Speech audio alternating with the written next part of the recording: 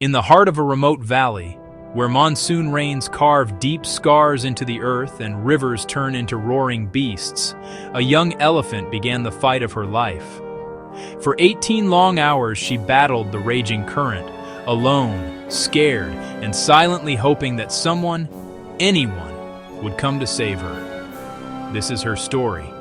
The story of courage, compassion, and a rescue mission that united an entire village.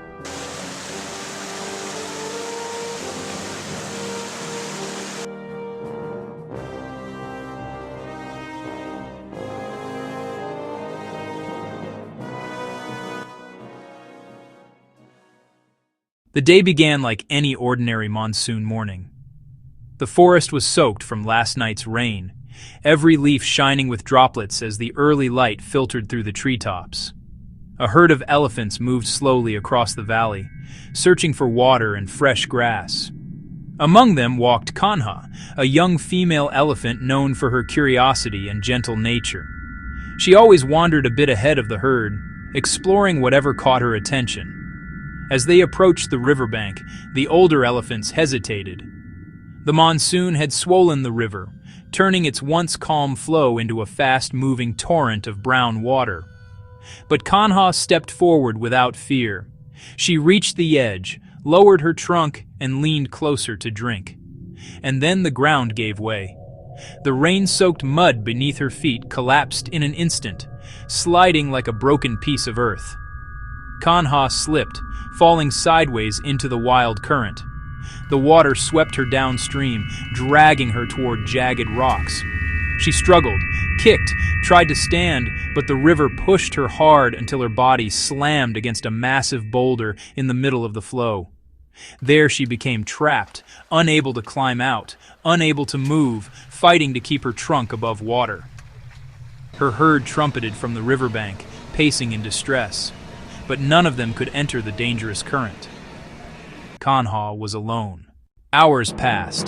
Kanha's cries echoed through the valley, carried by the wind toward nearby villages.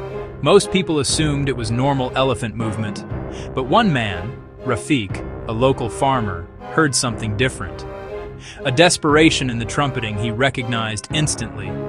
He gathered two neighbors and walked toward the sound. When they reached the riverbank, they froze. There she was, a giant elephant, shivering, pinned to a rock, struggling against a deadly river.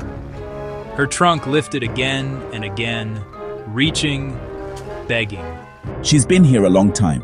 They knew she wouldn't survive much longer. Without wasting a second, they ran back to the village and alerted the forest department and the wildlife rescue unit. Help was coming, but time was slipping away. By afternoon, a large group of forest officers, veterinarians, volunteers, and villagers gathered at the river. The situation shocked everyone. Kanha's body slammed again and again against the current. Her eyes were half closed, exhausted. Her trunk barely lifted above the water each time she breathed. But whenever a rescuer called out to her, she responded. She lifted her trunk weakly. She moved her head toward them. She stayed awake, as if she understood.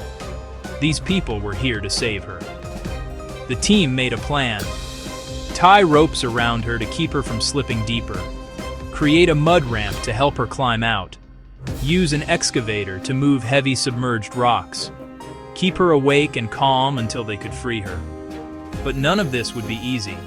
The river was too strong, the rocks were too slippery, and the water kept rising. Still, no one gave up. As the sun began to sink, the rescue became even more dangerous. Rain returned. Thunder rolled across the valley. The river grew louder and more violent. Kanha had been in the water for almost 12 hours. Her strength was fading. Her breath slowed. Her trunk sometimes dipped below the surface for terrifying seconds before rising again.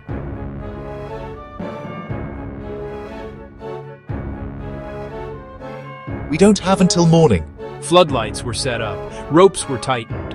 Volunteers held bamboo poles to guide rescuers entering the water. A small group of men tied ropes around themselves and stepped into the freezing river. Every step was a battle. The current nearly swept them away. but they reached her.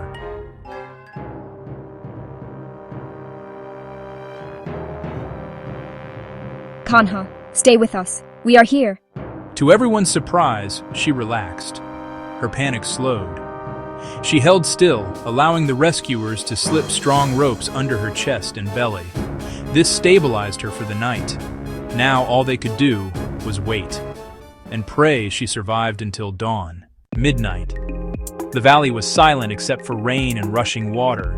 Rescuers took shifts, some holding ropes, some pouring warm water over Kanha's head, some digging the muddy slope, some comforting her gently.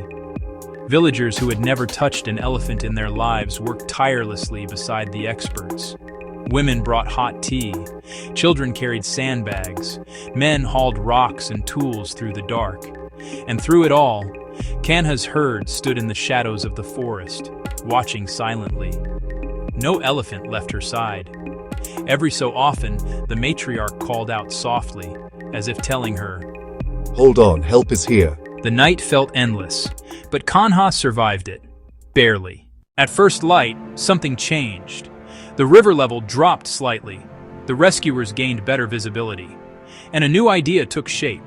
Using the excavator, they carefully pushed aside a submerged rock trapping Kanha's right leg. Rescuers shouted directions, guiding every movement. After nearly an hour of delicate work, her leg came free. Kanha let out a soft, exhausted trumpet, but she wasn't safe yet. The rescuers tightened the ropes again. The excavator shifted forward.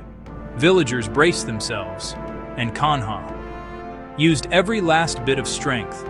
She twisted, she pushed, she leaned her weight forward, and suddenly, she broke free of the river.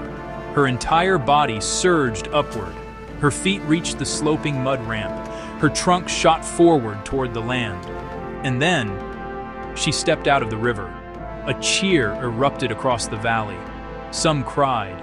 Some hugged each other. Some simply sat down in the mud, overwhelmed. They had saved her. Kanha stood trembling on the riverbank. Her legs shook. Her breathing was heavy. Her entire body carried bruises from the rocks and the cold. But she was alive. As rescuers stepped back, giving her space, Kanha slowly lifted her trunk. Higher, higher, holding it still in the air. Then she lowered her head. A silent bow. A thank you. The entire rescue team fell silent. Some put their hands together in respect. Some wiped tears. No one forgot that moment. Kanha trumpeted weakly. From the forest, her herd responded. The matriarch rushed forward, touching Kanha gently, inspecting her injuries.